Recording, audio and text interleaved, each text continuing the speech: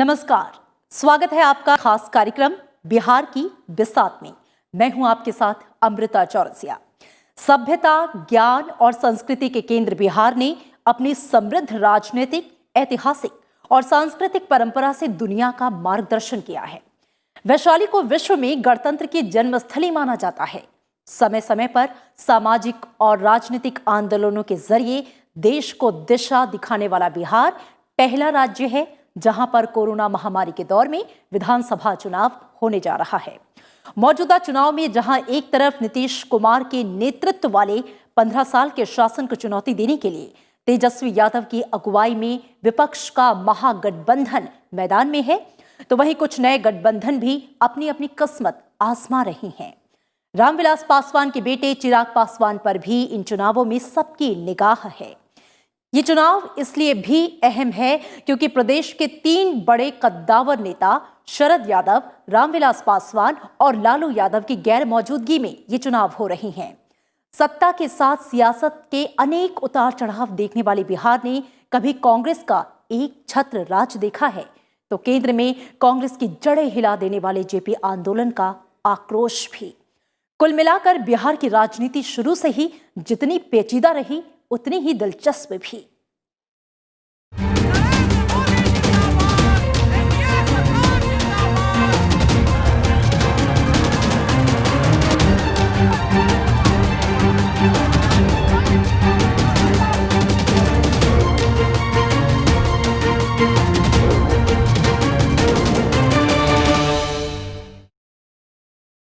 बिहार की सत्ता पर कांग्रेस पार्टी ने लंबे समय तक राज किया, लेकिन वक्त बदलने के साथ साथ यहां की राजनीति में भी उतार चढ़ाव आता गया और धीरे धीरे प्रदेश की सत्ता पर कांग्रेस की पकड़ जो है वो कमजोर होती चली गई।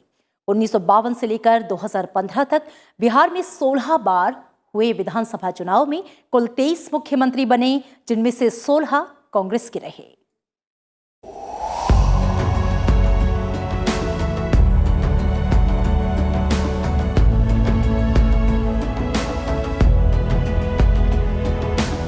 बिहार की सत्ता पर कांग्रेस ने लंबे समय तक राज किया है, लेकिन वक्त बदला तो राजनीति ने ऐसी करवट ली कि कांग्रेस आज बैसाखी के सहारे चुनावी मैदान में है। आजादी के बाद से लेकर 1990 तक कांग्रेस बिहार की सत्ता में आती और जाती रही, लेकिन मंडल की सियासत ने कांग्रेस की जमीन को बंजर बना दिया। आजाद भारत में बिहार में पहला विधानसभा चुनाव 1952 में हुआ। इस चुनाव में कांग्रेस की शानदार जीत के बाद डॉक्टर श्री कृष्ण सिंह मुख्यमंत्री बनाए गए। उनकी कैबिनेट में डॉक्टर अनुग्रह नारायण सिन्हा राज्य के पहले उप मुख्यमंत्री और वित्त मंत्री बने। 1952 के पहले विधानसभा चुनाव में कांग्रेस और सोशलिस्ट पार्टी के अलावा 7 और पार्टियों ने चुनाव में हिस्सा लिया। इनमें किसान मजदूर प्रजा पार्टी, झारखंड पार्टी, छोटा नागपुर और संथाल परगना जनता पार्टी, फॉरवर्ड ब्लॉक मार्क्सवादी समूह, अखिल भारतीय राम राज्य परिषद, लोक सेवक संघ, अखिल भारतीय गणतंत्र परिषद शामिल थे। इनके अलावा कई निर्दलीय प्रत्याशियों ने भी चुनाव लड़ा।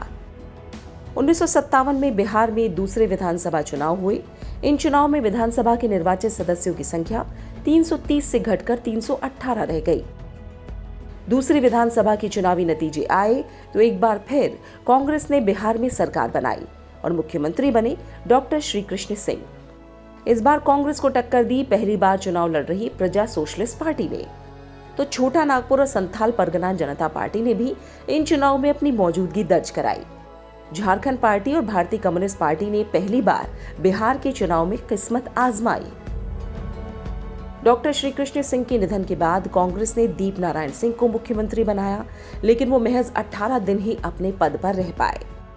इसके बाद कांग्रेस की ओर से बिहार की सत्ता संभालने का मौका मिला विनोदानंद झा को।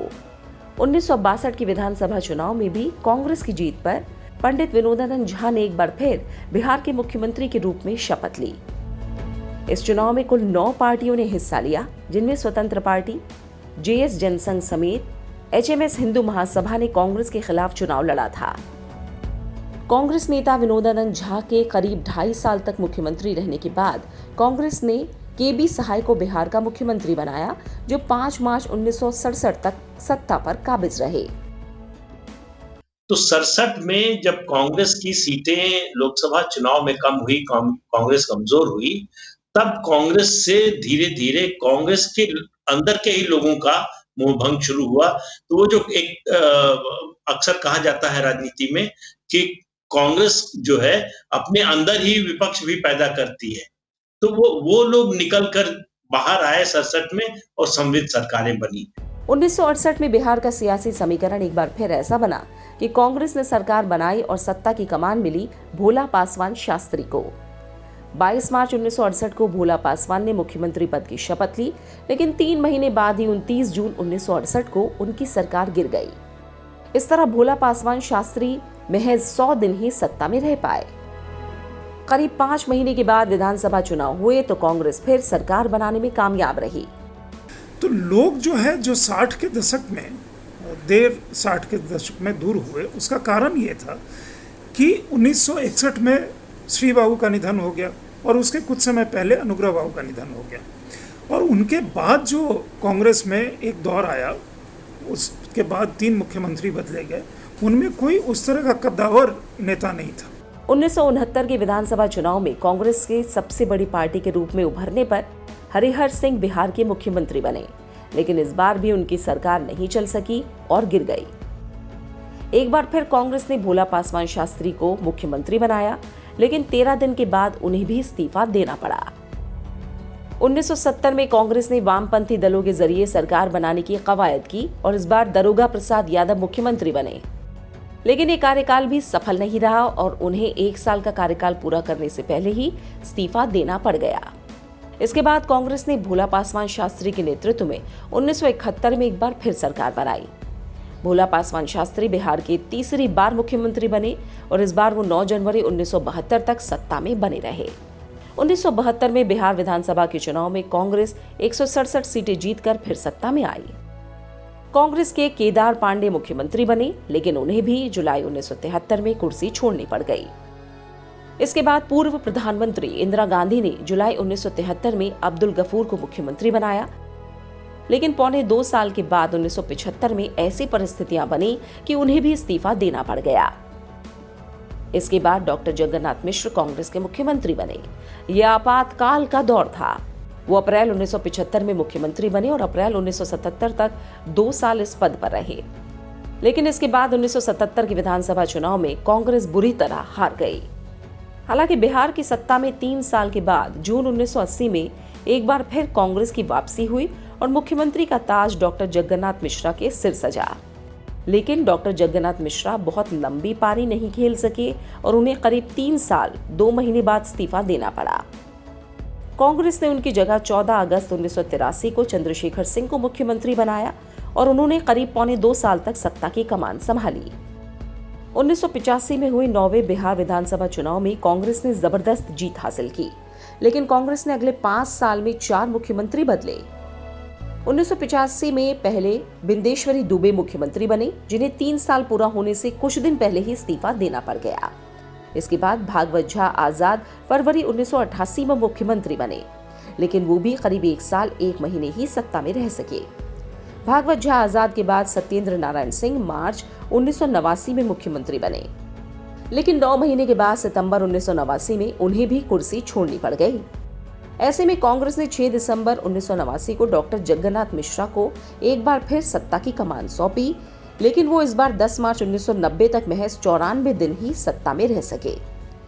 डॉक्टर जगन्नाथ मिश्र की अगुवाई में 1990 में 10वीं विधानसभा के लिए हुए चुनाव में कांग्रेस ऐसी हारी कि दोबारा आज तक सत्ता में वापसी नहीं कर सकी।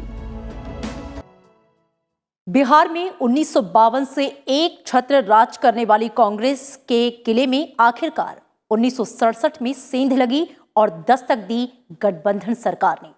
इस तरह सूबे में साल 1967 बदलाव का साल रहा और पहली गैर कांग्रेस सरकार के मुख्यमंत्री बनाए गए महामाया प्रसाद सिन्हा। हालांकि गठबंधन वाली उनकी सरकार 1 साल के अंदर ही गिर गई। मार्च 1967 से जनवरी 1972 तक बिहार में 9 सरकारें बनी, जिनका कार्यकाल 4 दिन से लेकर 10 महीने तक रहा।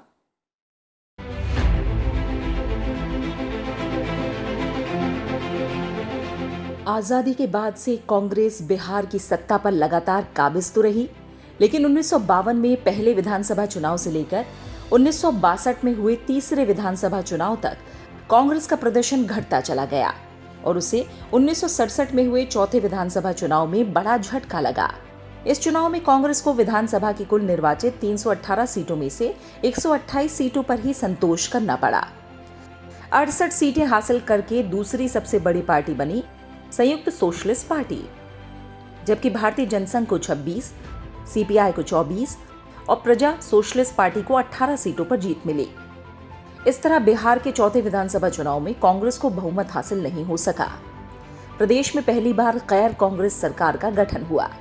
5 पार्टियों के इस गठबंधन में संयुक्त सोशलिस्ट पार्टी, जनसंघ, सीपीआई और जन क्रांति दल शामिल हुए। सीपीएम और स्वतंत्र पार्टी ने मंत्रिमंडल में शामिल हुए बिना गठबंधन का समर्थन किया।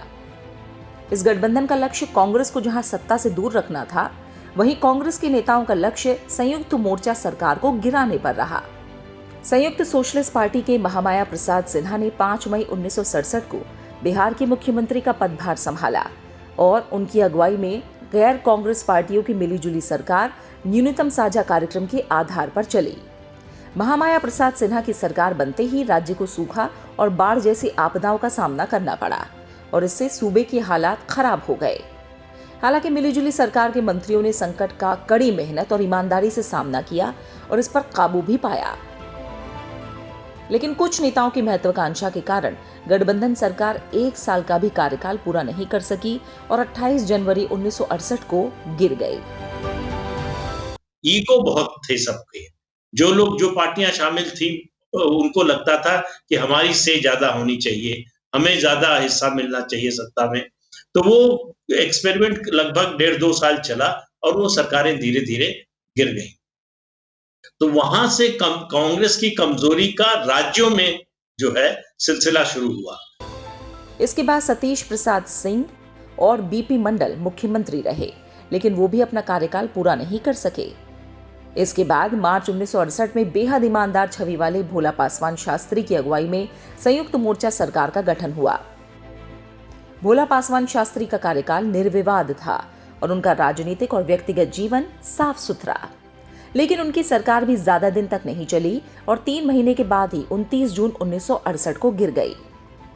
और आंतरिक कलह इतना ज़्यादा था कि कांग्रेस जैसी पार्टी का मुकाबला करना, जो उस समय एक काफ़ी ऑर्गेनाइज्ड पार्टी थी और इंदिरा गांधी पुनः अपनी जो वर्चस्व थी कांग्रेस पार्टी में, उस वर्चस्व को काबिज करने में सफल हो रही थी। तो इसलिए ये गठबंधन की जो सरकारें आई तो लोगों की आकांक्षाओं पे, लेकिन उस पर खरी नहीं उतर पाई, तो इसलिए वो सरकारें चली गई।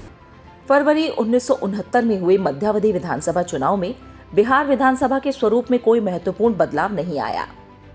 चुनाव के तुरंत बाद सरदार हरिहर सिंह की अगुवाई में कांग्रेस के नेतृत्व वाली गठबंधन सरकार बनी। ये सरकार भी जून 1969 में गिर गई।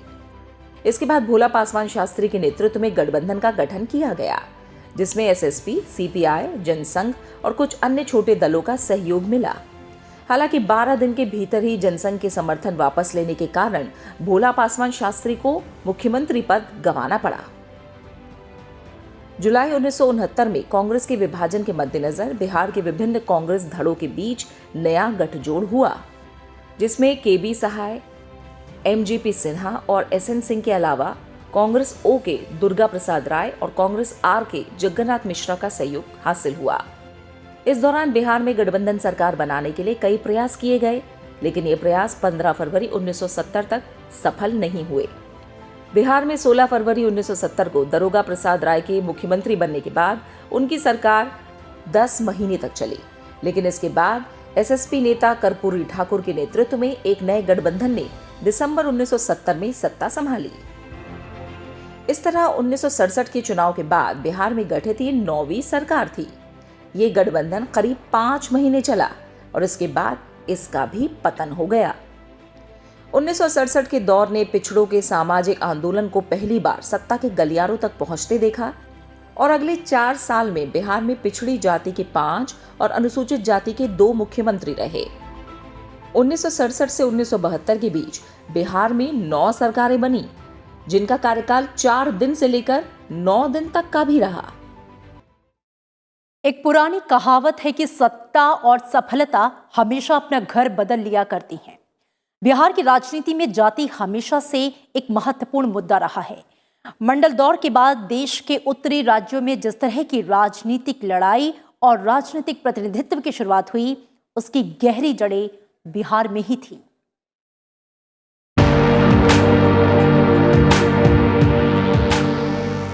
बिहार में कई दशकों तक कांग्रेस का शासन रहा और ये 1990 तक जारी रहा। इस बीच सिर्फ 5 बार जब राज्य में कुछ समय के लिए गैर कांग्रेसी शासन रहा। आज़ादी के बाद के बिहार के राजनीतिक इतिहास पर नज़र दौड़ाने से इसके 3 भिन्न चरणों का पता चलता है। पहला चरण 1947 से 1967 कांग्रेस के वर्चस्व का काल, दूसरा चरण 1967 से 1990 का संक्रमण काल कहा जा सकता है, जब पिछड़ी जातियों के उभरते प्रभाव को देखा जा सकता है। तीसरा चरण 1990 और उसके बाद, जब सत्ता की चाबी पिछड़ी जातियों के पास रही। जो जनाधार वाले नेता थे राज्यों में, उनकी उपेक्षा होने लगी। दिल्ली से थोपे गए नेता जो है, उनका प्रभुत्व बढ़ने लगा। उसका असर बिहार में भी हुआ, दूसरे राज्यों में भी हुआ। फिर तीसरा चरण शुरू हुआ कि जब ये शुरू हुआ तो क्षेत्रीय दल धीरे धीरे ताकतवर होने लगे। तो उनकी ताकत आई कहां से? अपनी जातीय अस्मिता से। ज्यादातर क्षेत्रीय दल जो है किसी न किसी जाति के नेता के साथ शुरू हुए और वो जाति जो है वो कांग्रेस का जो समर्थन था वो ले गई। 1970 के दशक में बिहार में पिछड़ी जातियां राजनीतिक सत्ता के लिए मुखर हो गईं। दरोगा प्रसाद राय की मुख्यमंत्री के रूप में नियुक्ति के बाद पिछड़ों के बीच एक आशा की किरण दिखाई दी। इस दौर में क्षेत्रीय राजनीतिक पार्टियों का उदय हुआ और व्यापक जनाधार वाले क्षेत्रीय नेता भी सामने आए, विशेषकर समाज के निचले तबके जैसे अन्य पिछड़ा वर्ग से। इस बीच 1977 की जनता पार्टी की सरकार में कर्पूरी ठाकुर इस धारा के सर्वमान्य नेता थे। 77 का वो जो इंदिरा एंटी इमरजेंसी का जो पूरा आंदोलन था, उसके जो मुख्य जनक थे लोकनायक जयप्रकाश, वो बिहार के थे, पटना से थे। और उस समय के उनके साथ जो लोग थे वो छात्र संघर्ष समिति के, वो सारे लोग बाद की राजनीति में और बिहार की राजनीति में काफ़ी प्रोमिनेंट रहे। रामविलास पासवान, नीतीश कुमार, लालू प्रसाद यादव, सुशील कुमार मोदी, रविशंकर प्रसाद, ये तमाम नामों से आप परिचित हैं। तो ये लोग जब आए, उसमें जो सत्ता आई, जो जनता पार्टी की सरकार आई, वो जनता पार्टी की सरकार आई तो उस सरकार में कर्पूरी ठाकुर का काफ़ी बड़ा एक वजूद था। रामसुंदर दास भी उसमें थे। जनता पार्टी की सरकार ने 1978 में उन सिफारिशों को स्वीकार करते हुए लागू कर दिया जिसमें पिछड़ी जातियों की पहचान करके सामाजिक न्याय का व्यावहारिक शास्त्र गढ़ा गया। ऐसे में जाति की राजनीति खत्म होने के बजाय संगठित होने लगी। केंद्र में जनता पार्टी ने भी देश में सामाजिक न्याय को सुनिश्चित करने के लिए मोरारजी देसाई की सरकार की अगुवाई में 1979 में मंडल आयोग का गठन किया। वीपी सिंह की सरकार ने मंडल कमीशन की सिफारिशों को लागू करने की कोशिश की। मंडल आंदोलन के बाद की स्थिति ने राज्य की राजनीति की दिशा और दशा बदल दी। पिछड़ी जातियों में भी नेतृत्व की महत्वाकांक्षा का जगना और असंतोष का बढ़ना स्वाभाविक था।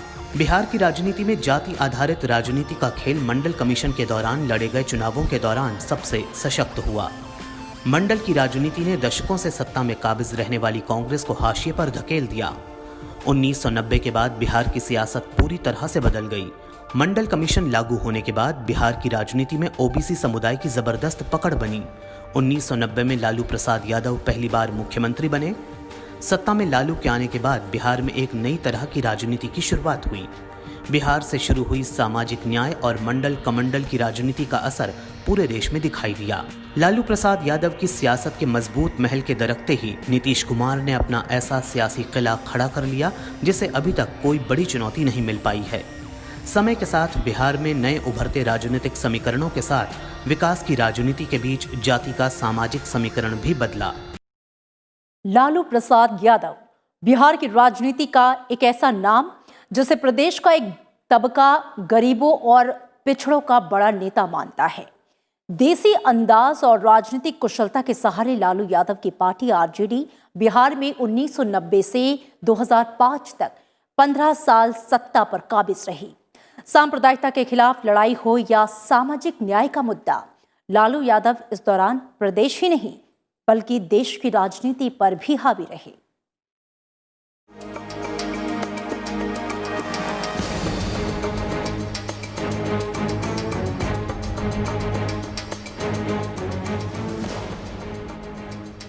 ग्यारह जून 1948 को बिहार के गोपालगंज जिले के फुलवरिया में जन्मे लालू प्रसाद यादव का सियासी सफर उतार चढ़ाव वाला रहा।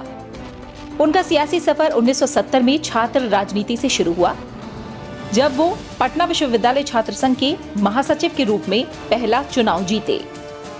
जयप्रकाश नारायण, राजनारायण, कर्पूरी ठाकुर और सत्येंद्र नारायण सिन्हा से प्रेरित होकर लालू प्रसाद यादव ने छात्र आंदोलन का नेतृत्व किया। 1974 में तत्कालीन इंदिरा गांधी सरकार के खिलाफ बिहार में जोरदार आंदोलन हुए।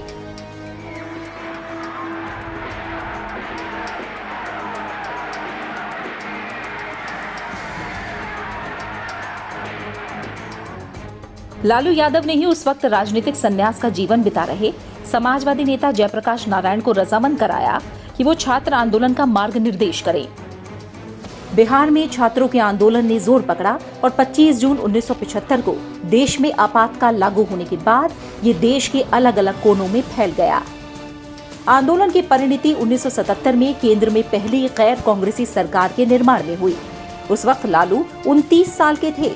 1977 में ही वो पहली बार छपरा से जनता पार्टी के टिकट पर चुनाव जीतकर लोकसभा पहुंचे, लेकिन जनवरी 1980 में हुए लोकसभा के मध्यावधि चुनाव में उन्हें हार का सामना करना पड़ा।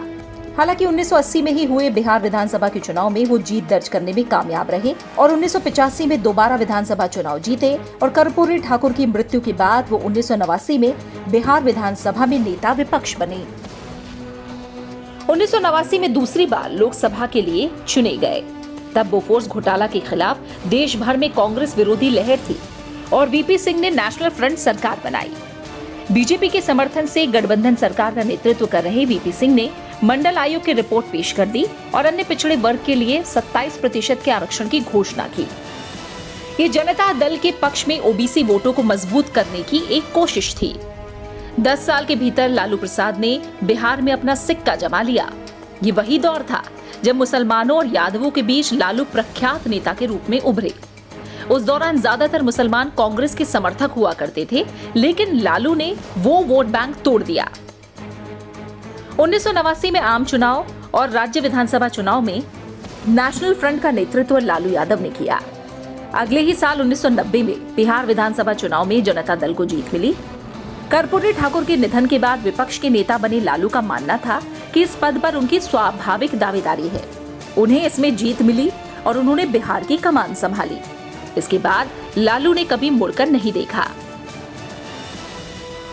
1995 में एक बार फिर वो भारी बहुमत से विजयी हुए और राज्य की कमान संभाली।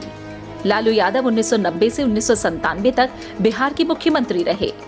1996 में उन्हें चारा घोटाला के मामलों का सामना करना पड़ा।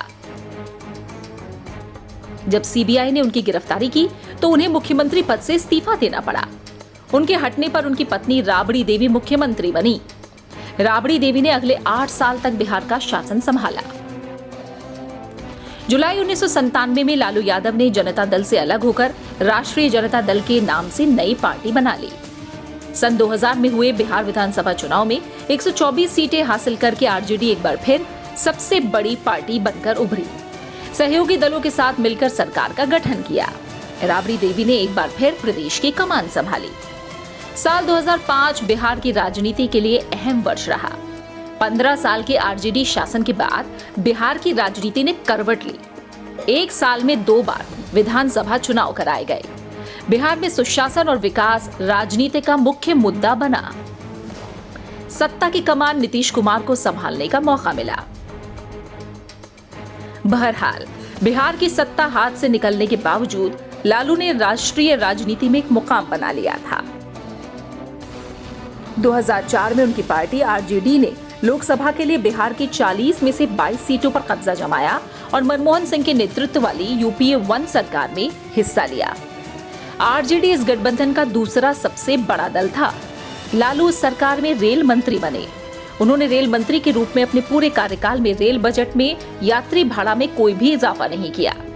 उन्होंने घाटे में चल रहे सार्वजनिक क्षेत्र के उपक्रम की काया पलट कर डाली और उसे मुनाफे में ला दिया। लालू ने बतौर रेल मंत्री सबसे पहले रेलवे स्टेशनों और ट्रेनों पर कुल्हड़ों में चाय बेचने की प्रथा को बढ़ावा दिया। लालू ने यात्रियों का हमेशा ख्याल रखा। लालू के कार्यकाल में ही सबसे पहले गरीब रथ चलाई गई। सब कह रहे हैं कि हमने गजब का काम किया है, करोड़ों का मुनाफा हर एक शाम दिया है, फल सालों में अब देगा, पौधा जो लगाया है, सेवा का समर्पण का हमने फर्ज निभाया है। 2009 के लोकसभा चुनाव में उनकी पार्टी महज 4 सीटों पर ही सिमट गई। 2010 की विधानसभा चुनाव ने उनका कद और भी छोटा कर दिया। आरजेडी को महज 22 सीटें मिली, जो उसका अब तक का सबसे खराब प्रदर्शन था।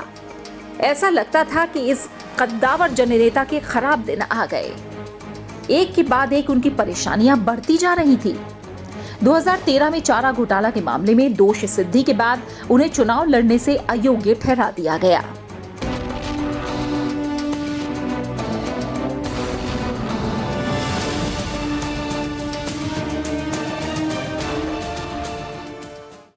नीतीश कुमार बिहार की राजनीति में एक ऐसा नाम है जो 4 दशक से भी अधिक समय से प्रासंगिक बना हुआ है।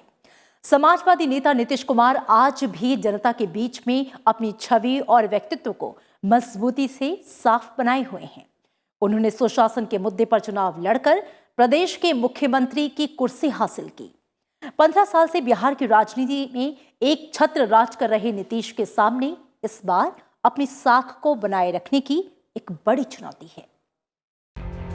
समाजवादी विचारधारा से जुड़े बिहार के मौजूदा मुख्यमंत्री नीतीश कुमार काफी सुलझे हुए नेता माने जाते हैं।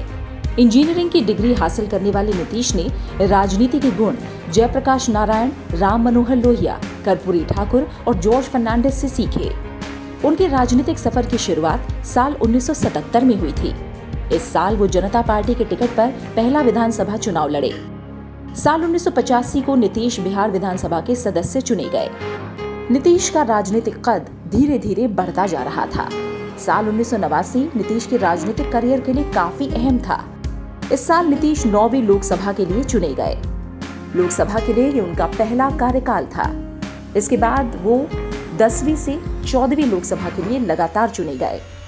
1994 में नीतीश कुमार ने लालू प्रसाद से अपने रास्ते अलग कर लिए। जॉर्ज फर्नांडिस के साथ मिलकर समता पार्टी बनाई।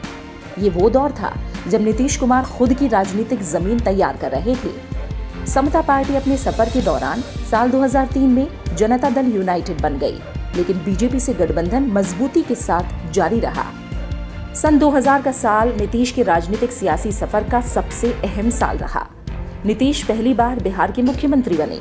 हालांकि उनका ये कार्यकाल 3 मार्च सन 2000 से 10 मार्च सन 2000 तक ही चला।